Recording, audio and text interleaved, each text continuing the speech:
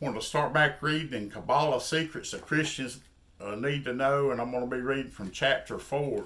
Chapter 4 is Repairing the World, the Secret Law of Tikum and the Tree of Knowledge. For by grace are ye saved through faith, and that not of yourselves, it is a gift of God, not of works, lest any man should boast. And that's Ephesians 2, 8 and 9. So let no one judge you in food or in drink, or in regarding a festival, or a new moon, or Sabbaths, which are a shadow of things to come, but the substance is of Christ. Colossians 2, 16 to 17. The secret must be kept inside the circle of the initiates. The Sephiroth were revealed to Adam in the shape of the tree of life and the tree of knowledge. The rabbis have always taught that the tree of knowledge and the tree of life are one and the same, whose roots are now in heaven, leading all the way back to the future, to the never-ending source of the light of the Ein Sof. There are many secrets in the occult science of Kabbalah. Concealed is the shattering of the vessels of the Sephiroth tree, is the fall of Lucifer and the powers of his kingdom. But the kingdom must be restored. The universe and its broken vessels must now be repaired. This is a secret law of Tikum. From the dust of the cosmic catastrophe, the universe is reconstructed. Through the primordial Adam Kadmon, who is the creator of the earthly Adam, from Ein Sof, healing constructive lights go forth from the forehead of Adam Kadmon. The spheres of the Sephiroth are reconfigured on a new plane. Father, mother, masculine, feminine, the impatient, God of revelation in traditional Judaism, and his feminine complement, the Shekinah, in the last stage of the world of emanation. With the reconstruction of the Sephiroth, there is once again a balance of male and female forces. There is a unity between God and the recreated universe. Emerging from Shekinah is the one tree, and it is here that we see the creation of man by Adam Kadmon. In the secret tradition of the rabbis, Adam the man is a microcosm of the upper worlds, a divine reflection of the image of Adam Kadmon above. In Kabbalah, the sin of Adam is not attributed to his disobedience to God and eating from the tree of knowledge of good and evil, but is the premature separation of the unity of the Sephiroth tree. Gershom Scholem notes that in the original sin, the fruit was separated from the tree, or as another Kabbalist puts it, the tree of life from the tree of knowledge. Far from the biblical Christian view, Scholem reveals in detail the esoteric belief system of the Jewish sages concerning these doctrines in the book of Genesis. In the opinion of the Jewish mystics, both trees are in essence one. They grow into two different from a common trunk, out of the common matrix of the divine world. The sin of Adam was that he isolated the tree of life from the tree of knowledge to which he directed his desire. Once the unity of the two trees in men's lives was destroyed, there began the dominion of the tree of knowledge. What happened before happens again. The matrix shatters. A singular tree becomes a tree of duality. Now begins the work of Tikum. Adam's job was to complete the work of repairing the worlds began by Adam Kadmon. Instead, the divine light departed from Adam's soul and the worlds descended into chaos. The female Shekinah, now separated from the masculine, descends again into exile, destroying the dreams of God. And so it shattered. The very core of reality is God's shattered dream, waiting for us to pick up the pieces, the fire of the sun, the air we breathe, the roaring waves of the ocean, and all that lives in them. The earth and the plants and the animals that live upon it, even the human flesh, is a vital soul, and the angels above. All are no more than artifacts of the sparks that fell into the explosion of that primordial world. But the essence of the human being, the breath of God within us, that is God himself, gathering, fashioning, and piecing back together an impossible dream. It is humankind, not the angels, who pick it up and reveal it. That the infinite light is everywhere is an axiom of the Kabbalah, held captive within every object, even within evil itself. The concept of shattered and fallen sparks come from the Kabbalah system of Isaac Luria, which, as stated above, is still the most influential form of Kabbalah today. The same website quoted above also states, the most common Jewish liturgy today follows the form of the Arais custom. Embedded within the systems are the secret law of Tikum and Mitzvot, the main channels through which the redemption will come according to Kabbalah. The word Tikum means reparation or to repair. It is through Tikum that the worlds will be healed and brought closer to the harmonious state for which it was created. The rabbis of Kabbalah believe that the final redemption in the Messianic era will only be brought about through the mitzvah, observing Torah, keeping the commandments, and performing good deeds. The word mitzvah is defined as commandments, one of the Torah's 613 divine commandments, a good deed of religious precept.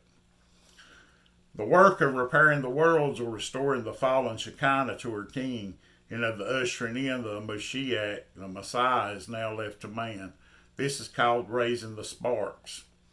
But the essential functions of the law, both of the Noahide law, binding on all men, and of the Torah imposed specifically upon Israel, is to serve as an instrument of the Tikum.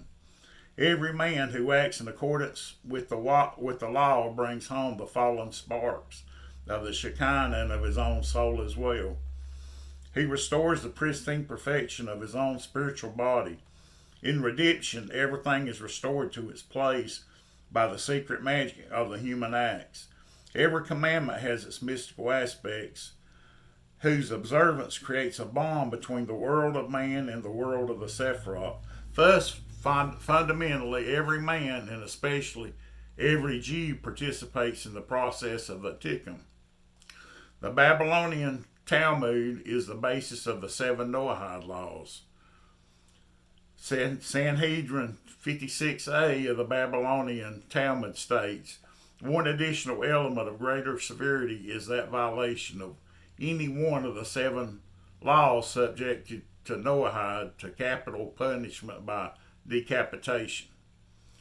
This is another disturbing secret contained in the writings of the Jewish sages. Mitzvot for non-Jews or Noahide laws. I mention it here for its close connection to Tikum. While Jews, specifically the Jewish sages, see themselves as the main conduit of the light of Ein Sof, Gentiles also have a role to play in the mitzvot of Tikum by obeying the 7 Noahide laws. I will not list them all here, but preeminent among them is the prohibition of idolatry. Therefore, under Talmudic law, if a Christian acknowledges that Jesus Christ is the Messiah, the Son of God, or God manifest in the flesh, he or she is guilty of the crime of idolatry. The 7th or the last Noahide law is an injunction to establish a legal system to execute the other 6 Noahide laws, which are punishable in the severest extreme by capital punishment. The Encyclopedia Judaica, in its article on Noahide laws, states, except for the last, all are negative, and the last itself is usually interpreted as commanding the enforcement of the others. While these laws are not yet in effect, they are already considered binding on all men and have been written into the legal system under public law in the United States.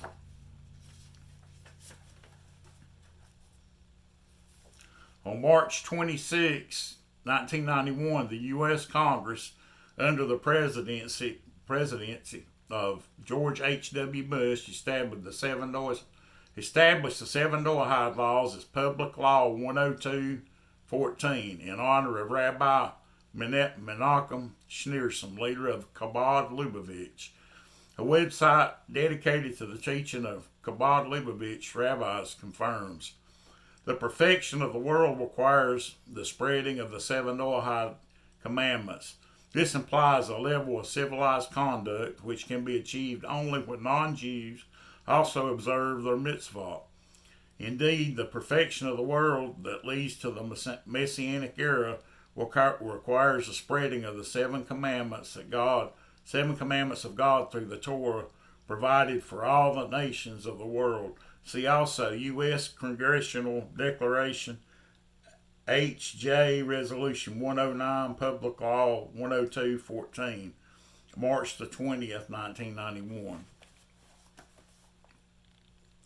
The path of the mystic knowledge through ascension. And no man hath ascended up to heaven, but he that came down from heaven, even the Son of Man which is in heaven. And he said unto them, You are from beneath, I am from above. You are of this world, I am not of this world. And that's John 3:13 and 8:23. In Kabbalistic Judaism, the primary work of Tikum, the repair of the world, is dependent on the Jewish sages ascending the Sephiroth tree so that they can transmit the knowledge of the kingdom of God to the nations of the world. It is the task of the people of Israel to bring the glory of God's kingdom to all creation, even to the nations of the world. Divine influx flows into the world through the spiritual leaders of Israel to the people of Israel, to the nations of the world, to all of creation. The Zohar teaches that at the separation of the Sephiroth tree, a chasm was formed between the creation and the Ein Sof. Everything in the cosmos descended, therefore there must be a way to return to the source through the portals of the Sephiroth. Each Sephiroth on the tree of knowledge is a gateway through which the mystic must pass through on the path of enlightenment.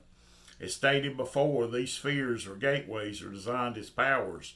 Through deep contemplation and visualization, the initiate is mystically transported through the gates of the Sephiroth, from level to level, hoping to merit a vision of the divine. It is not by chance that this form of contemplative prayer, for now, entered the church at a phenomenal rate. This has resulted in the elevation of seeking mystical experiences with God over faith in Jesus Christ, the Word of God. The word Zohar means radiance. The full title is the Sefer HaZohar, or the Book of Light. In rabbinical Judaism, the Zohar is considered the masterpiece of Kabbalah and divinely inspired. In Kabbalah, the contemplative practices of meditation is said to draw down the rays of light that emanate from the Sephiroth.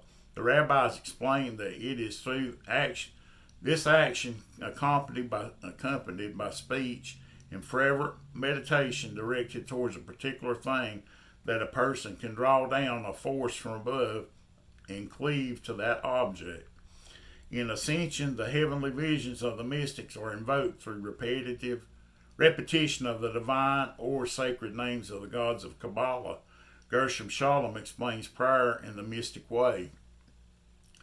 The main path, the mystic way, involved the ascent of the soul to a state of ecstatic rapture through a process of concentrated thought and meditation. The hierarchy of the spiritual worlds reveals itself to the Kabbalist in the time of prayer as one of the many names of God. It is the name of the appropriate Sephirah on which the mystic concentrates when reciting the prayers and into which he is, as it were, absorbed. Prayer has an aspect of inward magic by which it is empowered to help order and restore the upper worlds. The name Lucifer means light bearer. The Apostle Paul in 2 Corinthians 11:14 tells us that Satan transforms himself into an angel of light, deceiving today just as he deceived Eve in the Garden of Eden, with knowledge and the prospect of becoming a god. That's Genesis 3:5.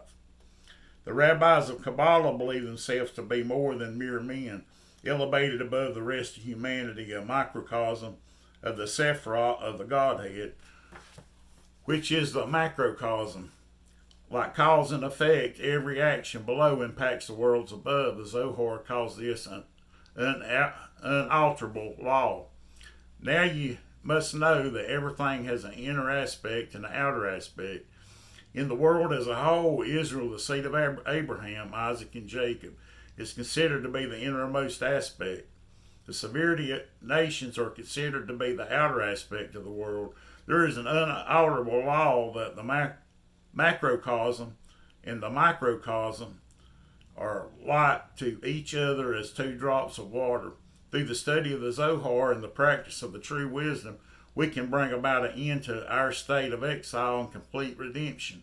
The redemption of Israel and all the worth of Israel was dependent on the learning of the Zohar in the innermost aspects of the Torah. The true, unalterable law is that all have sinned and fall short of the glory of God. All are in need of the true redemption and salvation that only comes through faith in Jesus Christ. He's the true light. This includes every rabbi and every Jew, from the least to the greatest, as well as every non-Jew. This life's superiority of the Jewish race is leading the way in one of the greatest deceptions in the history of the church, the coming of a false Messiah through the Hebrew roots and the sacred name movements. At its inception, the Hebrew roots movement seemed to begin innocently enough as means for those wanting to identify with the Jewish roots of their faith. Today it has completely morphed into another gospel of works built on the foundation of Jewish fables, which we are warned about in the Bible. It is common today to hear Christian ministers say that the Jewish people do not need to come to faith in Jesus Christ because they have their own covenant with God. But it is a covenant with death and hell that will not stand, as Isaiah 28:18, because it is rooted in the satanic lies of the Kabbalah. And that's all of chapter 4, and Lord willing, I'll be back on tomorrow evening and read chapter 5. And that's the dark chambers of initiation, Leviathan, 6, and transmigration. I can't even talk now, but anyways, I'll be back tomorrow and read that, Lord willing. But thank you for your time, and I'll see you next time. God bless.